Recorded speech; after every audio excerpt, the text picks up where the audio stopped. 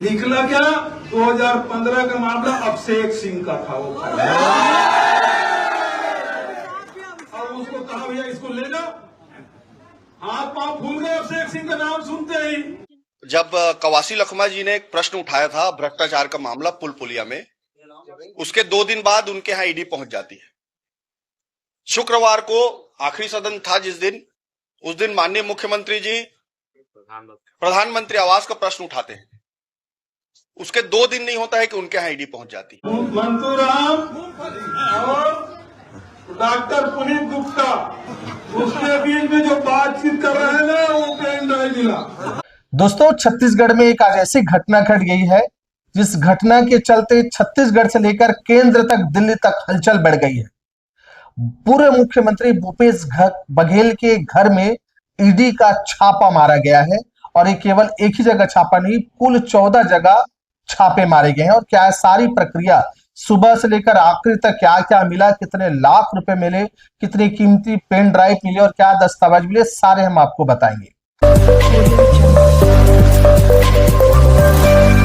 देखिए, आज सुबह तड़के 6:30 बजे भिलाई के पदम नगर में भूपेश बघेल के घर में 4 गाड़ियों से ईडी लाव लश्कर के साथ पहुंचती है और जाके पहुंचने के बाद ताबड़तोड़ छापा मारना शुरू कर देते हैं। इनकी जानकारी कांग्रेसियों को लगता है तो जानकारी मिलते ही कांग्रेसी पहुंच जाते हैं और जोरदार विरोध धरना प्रदर्शन करते हैं। केवल वही नहीं करते बल्कि छत्तीसगढ़ के तमाम अलग अलग जिलों में भी इनकी जोरदार विरोध प्रदर्शन किया जाता है। दिल्ली में भी प्रदर्शन होते हैं। दिल्ली में बैठे तो आला कमान के नेता वो भी अलग अलग ट्विटर पे आकर, फेसबुक पर आकर, लाइव आकर वो अपनी अपनी बातें करते हैं और तमाम चीजें यहाँ प्रक्रिया व्यक्त की है। आज सुबह भूपेश बघेल के एक्स ट्विटर पे भी एक पोस्ट आया है और उस पोस्ट में क्या कुछ लिखा है वो हम आपको बताएंगे, पर इसका शब्दावली पर अब ध्यान रखिएगा। देखिए, इसमें लिखा है, 7 वर्षों से चले आ रहे झूठे केस को जब अदालत में बर्खास्त कर दिया गया तो आज ईडी के मेहमानों ने पूर्व मुख्यमंत्री कांग्रेस महासचिव भूपेश बघेल के भिलाई निवास में आज सुबह प्रवेश किया। अगर इस षड्यंत्र से कोई पंजाब में कांग्रेस को रोकने का प्रयास कर रहा है तो यह गलतफहमी है। देख रहे हैं, मतलब इससे पता चल रहा है कि भूपेश बघेल में के जो एक्स है उस पे जिसने पोस्ट करा उनके कार्यालय से, उनका कहना है कि कांग्रेस को पंजाब का एक बहुत बड़ी जिम्मेदारी दी गई है, उनकी सरकार शायद बन जाएगी, ऐसा इन लोगों का मानना है। तो उनके छवि धूमिल करने की कोशिश है, वहां का समीकरण बिगाड़ने की बातें, तमाम ऐसी बातें अलग अलग। उमेश पटेल ने क्या कुछ कहा वो भी आप सुनिएगा, साथ ही साथ बड़े नेता ने क्या कुछ कहा वो सारे आपके सामने, आप ध्यान से सुनिएगा। देखिए, पिछले दिनों जब कवासी लखमा जी ने एक प्रश्न उठाया था भ्रष्टाचार का मामला पुल पुलिया में, उसके 2 दिन बाद उनके यहाँ ईडी पहुंच जाती है। शुक्रवार को आखिरी सदन था उस दिन माननीय मुख्यमंत्री जी प्रधानमंत्री आवास का प्रश्न उठाते हैं। उसके 2 दिन नहीं होता है कि उनके यहाँ ईडी पहुंच जाती है। भारतीय जनता पार्टी लोकतंत्र को समाप्त करने की कोशिश कर रही है।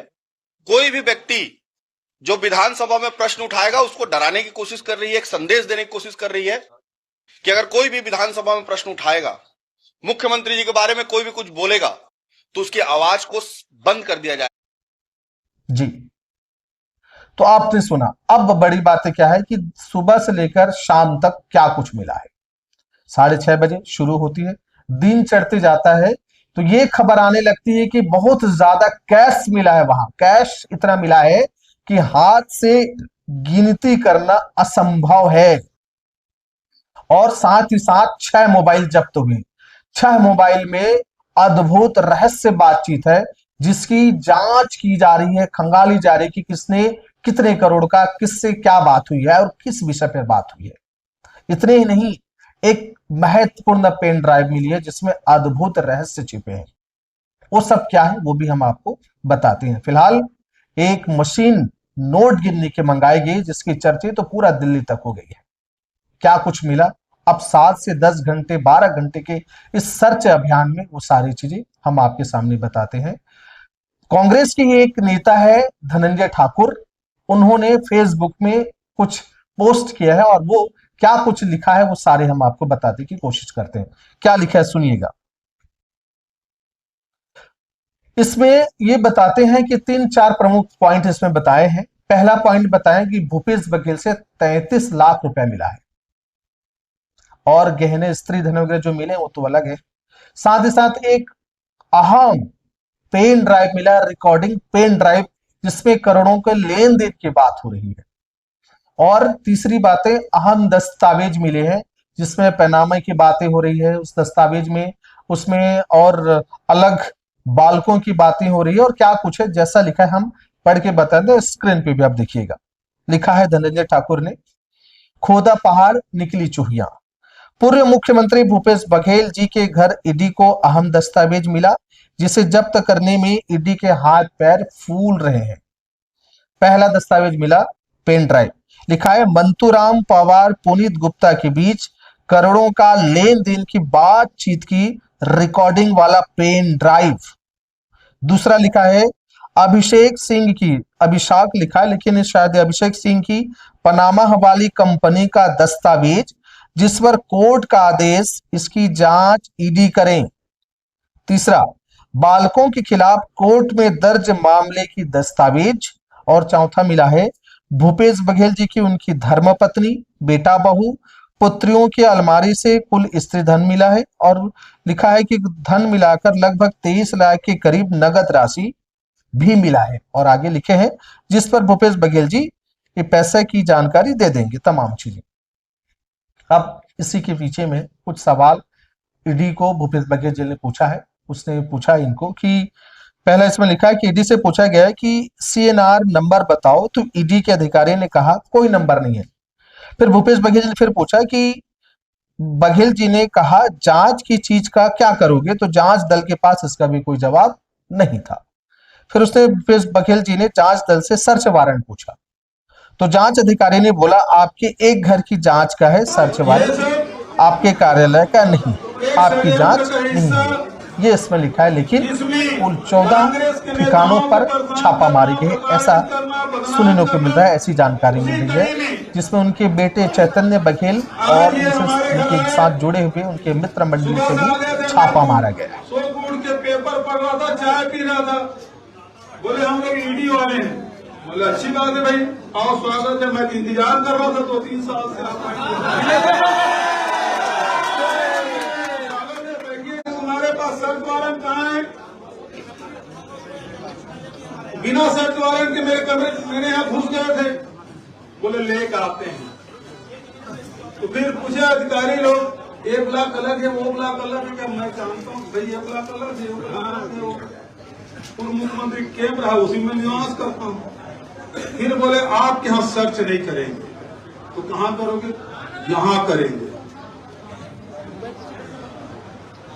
और जब सर्च किए क्या मिला मालूम है? मंतूराम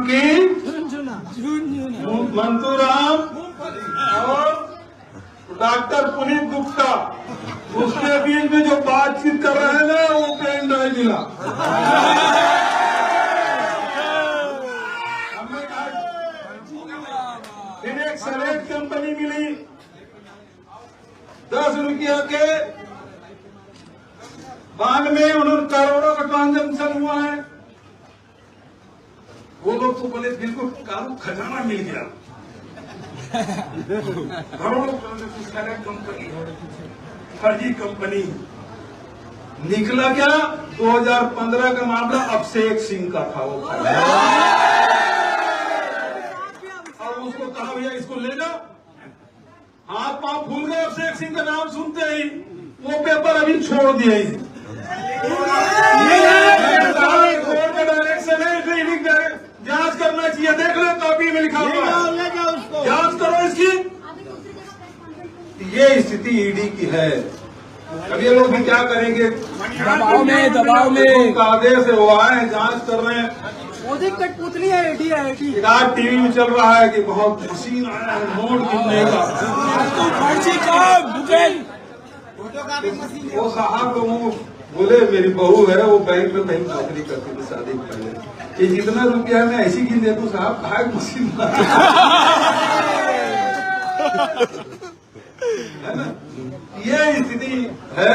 ये तो कुल मिला के बदनाम करना, फंसाना, प्रताड़ित करना, अपमानित करना, इनका ये धंधा है। अब ये सारे दस्तावेज इनके साथ मिला गया है।